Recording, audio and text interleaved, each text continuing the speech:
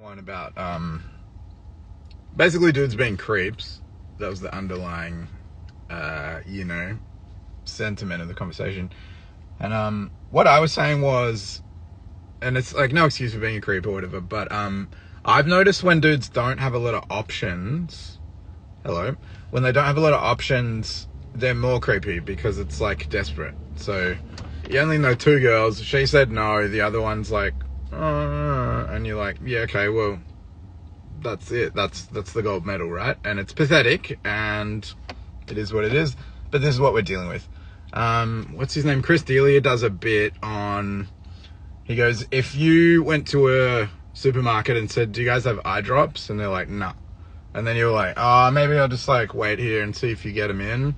That's the equivalent of the guy who's like friend zoned and just like hanging around this chick, trying to get her to change her mind, trying to get her to fall in love, right? And it comes from like dudes who don't really get women. They don't have a lot of female friends, and they don't have sisters or spend a lot of time with women, and they don't understand like when a girl's like, "Oh, I'm not attracted to you," like it's probably never gonna happen. Like they don't understand attraction, and it's like attraction is not a choice. And you know, dudes will be on the internet saying all this stuff that they're not attracted to, and it's like, yeah, but why? Because attraction is not a choice, you know? It's the same. And yeah, like a girl might marry you for your money, but like they're not attracted to you, so nothing that the dude wants to happen is going to come of it. All right. So yeah, I reckon that a guy and a girl can't be just friends really comes from this like loser category. And like even what's his name, Steve, you know, the comedian, he's got a talk show, Steve, yeah, black dude. Anyway, write it in the comments. He has a video, he's like, a guy and a girl can't be just friends.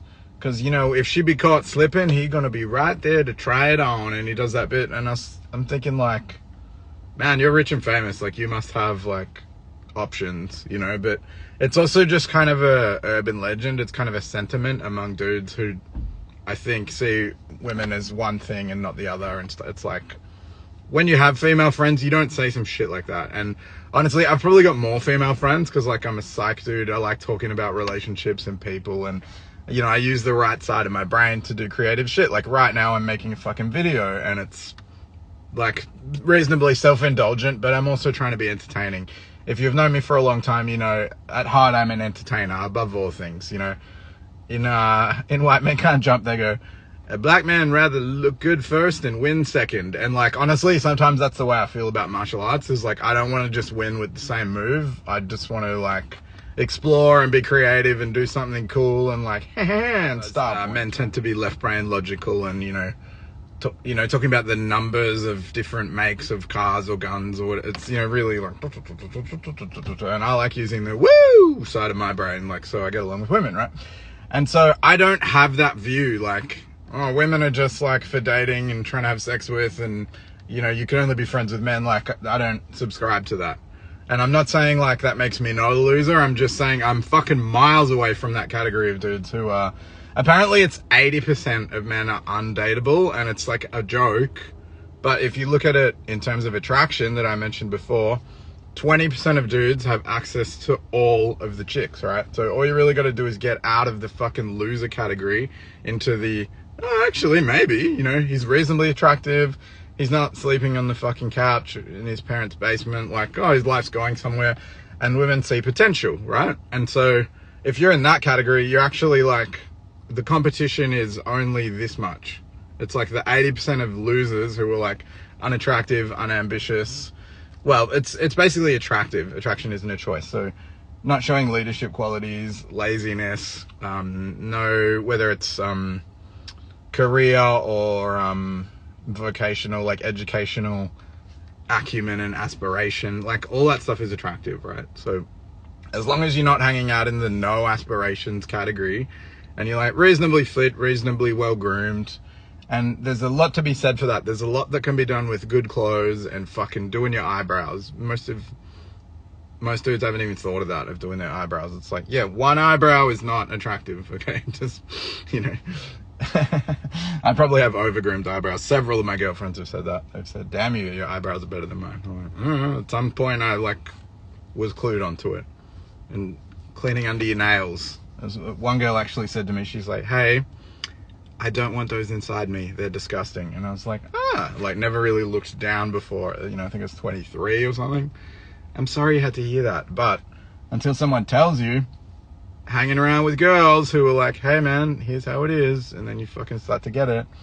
Instead of like just categorizing like women are for marrying and sex, women are for marrying and sex. And I mean, I hate to sound one-sided about this because like I make plenty of videos that are like giving shit to women for being delusional as well.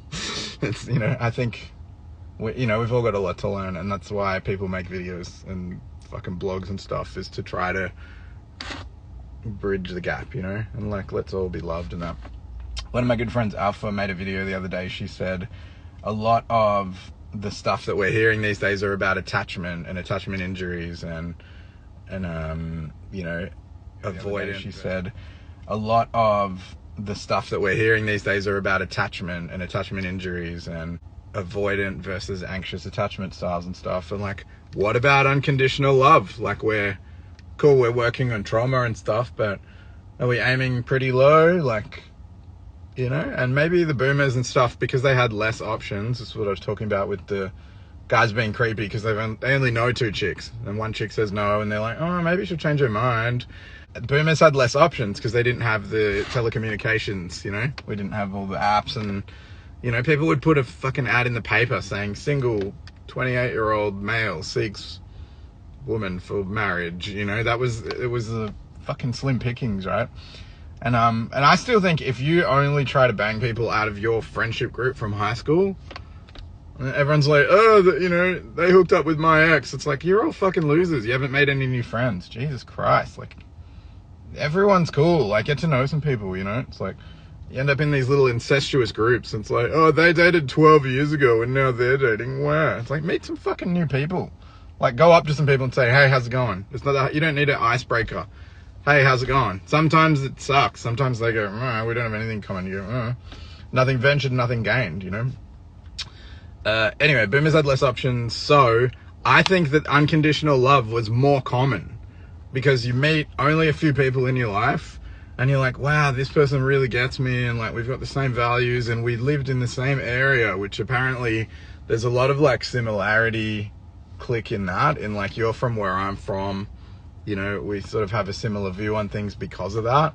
And even just like religious, you know, even if you're not religious, there'll be a religious sentiment in the area that you were born and grew up in. It's just kind of embedded in everything because the people that were there were all that religion, you know? So that's the thing. So I think unconditional love was more common, and that's why people stuck it out in these marriages, because it's like, well, I had a crush on 3 people in my lifetime. That one married me and they put up with all my bullshit and we fucking got through the tough times, you know? And that's why people stayed married. They weren't just like, nah, I don't like you anymore. I'm not feeling that limerence, that like, I'm just gonna move on. It was like, oh man, like we bought a house when we were 20, like we'll pay it off in the next 15 years, you know, 30 years later or whatever. Let's just stay together, you know? It's just easier, you know? And now it's like choppy, changey, swipey, move on-y, and it's like, it's all dopamine and it's all pleasure-based, you know? There's very little... Love is conditional, is what I mean to say. It's like, I don't like how this feels, and I'm not really going to like work through it, and I'm not going to give you a chance to understand, because people don't like being vulnerable, because they're afraid that they'll be rejected if they are vulnerable. If I tell the truth and I'm really open and honest, and that person rejects that, that is going to be devastating. So instead, people kick and scream and basically embarrass themselves by having tantrums and making ridiculous ultimatums and stuff, because they don't want to just go like, hey, this is the truth, this is how I feel, this is what it's like for me, take it or leave it. Because the leave it is so terrifying. And so many people are in toxic relationships because they're afraid of being alone. It's like, shit man, ask any introvert, if you can make friends with the voice in your head, you'll never be alone. It's being afraid of the voice, like, oh no, it's criticizing me, the voice makes me feel bad, I hate being alone, I can't stand coming home to an empty house. It's like, that's always going to be a problem until you make peace with it. Even just being resigned to those feelings, like, good morning, heartache, here we go again. You know, sometimes I fight with my demons and sometimes we snuggle. if you would rather be in a bad relationship with someone else than in a bad relationship with yourself, you are always going to be chasing your tail. We need to make peace with the voice in our head and the soul that's inside our body. And then you can have better relationships with other people, as well as not desperately clinging to a shit relationship or to some fuckhead who you actually don't like. So, solution focused end to this video, if you're into that. All of the mindfulness based practices and that, which are getting a lot more data behind them, mindfulness based stress reduction and MBCT, what's that? Mindfulness based cognitive therapy, perhaps, I can't remember. Compassion, I'll put it in the captions. All sort of point towards, like, you know, we know about sitting with feelings rather than trying to replace them with an addictive, like, good dopamine hit. You know, just kind of being anxious and going, okay, I'm anxious, and you just write it out, basically. Like, when we displace anxiety or try to displace a child's anxiety, for example, we're not learning to just metabolize it. You know, it's a gland secreting adrenaline to help us attack, and we're like not making peace with it. We're like trying to push it away, and so then it all happens sort of below the radar. But if we can just like look at it, all of these mindfulness practices kind of say, you know, it's like having the radio on. We're not necessarily listening to every word on the radio. We're not necessarily attaching and identifying with everything. It's just kind of going past. And so that is supposed to be how we make peace with the voice in our head. Even if it is criticizing us, we're like, yeah, okay. Rather than, I know all this shame and guilt is coming up because the voice in my head is criticizing me. You can sort of acknowledge, like, oh, hang on, this is the superego. This is the criticizing voice of my parent, you know, the critical parent. And I feel like defending myself, but actually there's no one here. I don't have to defend myself.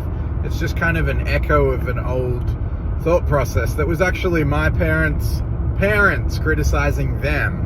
And then they associated that with love and care. So they've done that to me to show me that they care and to try fix the damaged child. And it's like, none of that is real. It wasn't real for your parents, and it wasn't real for your grandparents either. And it doesn't have to be real for your quiet thoughts late at night. It's, you know, none of it has to be true. We can just kind of go, yeah, superego, yeah, anxiety, fears about weird irrational things, like, all right. And look, as far as the toxic relating and stuff goes, like, be excellent to each other. Party on, dudes. Like, boys gotta be nicer to girls, girls gotta be nicer to boys. We're all fucking confused, and we're just complicating procreating. It's just mating strategies, you know? And it gets a little crazy, gets a little sick. Love ya.